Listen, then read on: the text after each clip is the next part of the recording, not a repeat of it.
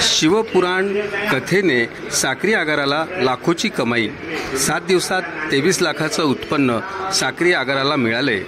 आगारातील अधिकारी, कर्मचारी व चालक वाहकांनी अहोरात्र सेवा दिल्याने साक्री आगाराच्या उत्पन्नात वाढ झाली आहे। सविस्तर वृत्त असे की साक्रीच्या पावनभूमीत साक्री तालुका शिवमहापुराण समितीच्या वतीने 24 ते 30 जानेवारीच्या काळात शिवमहापुराण कथेचे आयोजन करण्यात आले होते। कथेला विविध जिल्ह्यातून भक्तगण लाखोंच्या संख्येने येत होते। साक्री आगारातून विविध जिल्ह्यात जादा बसेस सोडण्यात आल्या। त्या बसेस भक्तांना घेऊन पंडालपर्यंत सोडण्याची व्यवस्था करण्यात आली होती। साक्रीच्या आगाराच्या बसेस फुल भरून येत होत्या।